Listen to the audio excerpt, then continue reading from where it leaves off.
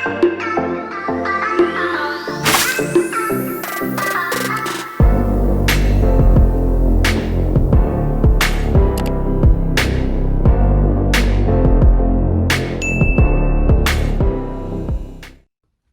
there, it's me Gemma, and today this is my review of The 100,000 Kingdoms by N.K. Jemisin. This is the first book that I have read of N.K. Jemison's, and it kind of came to my attention last month when luckily a lot of people were making good videos about Black authors, and specifically for myself about Black science fiction fantasy authors, because that is generally the genre that I really enjoy. And I had owned a copy of the fifth season for quite a while, but I wasn't really in the mood for the perspective that the fifth season is written in. I was looking for something maybe a bit more traditionally written, in a sense. I'm still going to read the fifth season, don't get me wrong. I'm definitely going to do it, especially after finishing this, because oh boy, I gave this 5 stars and it totally blew me away. And I don't know about you, but I love it when a book blows me away, just surprises me and opens up entire new bits of my own imagination that weren't, necessarily in use before. I love that. And you can tell by how big the grin on my face is that this book definitely did that. Now, it's set in a fantasy world where there are 100,000 kingdoms, and they are ruled over by one particular family. And the reason this family is in charge is because they are descended from a certain person whose bloodline has the power to control gods. Now, there are more than one god in this universe, there's quite a few, and there's one who's sort of in charge. He won after a war between the gods, and the other gods are subservient to this main sort of in charge god and the family that he put in charge of. Our main character, Yin, is related to this family. Her mother was the daughter of the current ruler, but her mother ran away to marry a man that she had fallen in love with and had Yin in this other kingdom.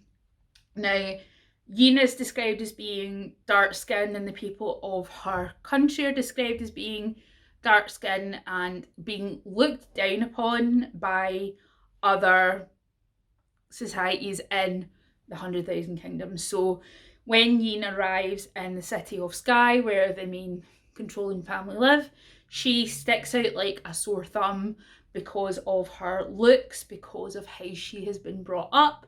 The other characters refer to the people of Dar as being savages and having, ways that they have tried to stamp out, basically. So there's all that going on, and also the politics of the city palace of Sky, which Yin has to grapple with, as well as now finding out that she too can control these godlings, these gods that live in Sky.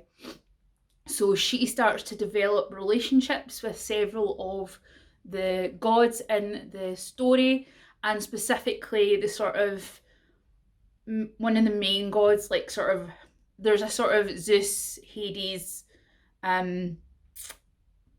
Poseidon trinity going on, but it's 2 male gods and a female god. The female god is dead, and she was the sort of spark for the war between the other gods, and the god who won is the sort of Zeus character. Like, he's got the same sort of characteristics in terms of light and order and things like that, and he is imposing this order on the 100,000 Kingdoms through this family. And every time a new ruler takes over, he gives his brother, the sort of Hades, dark god character, the god of night and chaos, the opportunity to serve him, and he always says no. So she is developing relationships with this god, Nahadoth, and she is coming to know him and all his different all the different facets of this god. And I think that's something really awesome. You can tell that N.K. Jemisin's done so much research into sort of different mythologies and stuff, because she talks about the different aspects of a god, you know, where you have this aspect where this god of night is the god of dreams and sensuality and things like that. But also in the night there is violence, there is assault, there are terrible things in the night as well as good things. And she talks about that in terms of all three of the sort of main sibling gods. So that is where all the action kicks off. I loved the story, I loved the ending, and I've already got book number 2 sitting beside my reading chair in the house waiting to get read. I'm currently reading Invasion of the Tearling, which I'm going to do a review of Queen of the Tearling as well, because love that too. But guys, this ending was so unique. I've never really come across anything like it before, and I just want more of it. And my other favourite thing is the relationship between Yin and Nahadoth. It's just so intense, so sensual, so filled with so many different layers of the relationship between a mortal and a god, and how the gods want Yin to help them be free. They are trying to get her to help them be free, because they are being tortured basically by this family for millennia. I can't remember if it says or not an exact time frame, but it's definitely a long time. The other thing I really loved about this book was the theme of how well do we really know our parents? How well do we know the people that they were before we were born? And can we really ever know all of their motivations, all of their, you know, relationships, their good points and bad points, you know, in relation to what they show us as their children and what they show other people. And Yin really loves her mother. She really loved her mother and her father. And as the book goes on, she's finding out more about who her mother was before she was born, which I really enjoyed. I loved that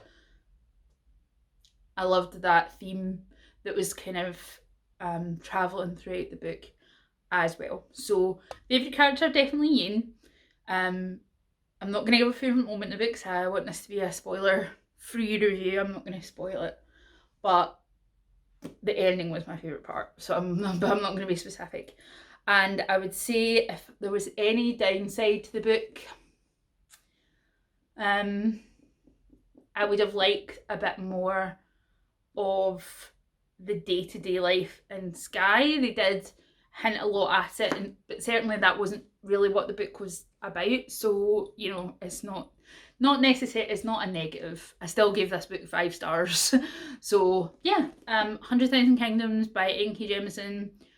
I absolutely loved it. I loved the themes of mythology and family, and I loved Yin so much. She is just one of my favourite new characters, and she deserves all the awesome things to happen to her. So I'm hoping, I know that the next book is more of a companion book. It's maybe not necessarily a direct sequel. It doesn't have all the same characters. It has new characters.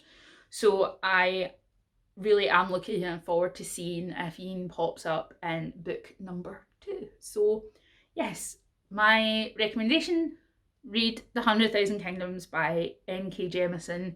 You will not regret it, and if you do, then I don't know what to do then, because I'm going to talk about this forever. So yeah, loved it.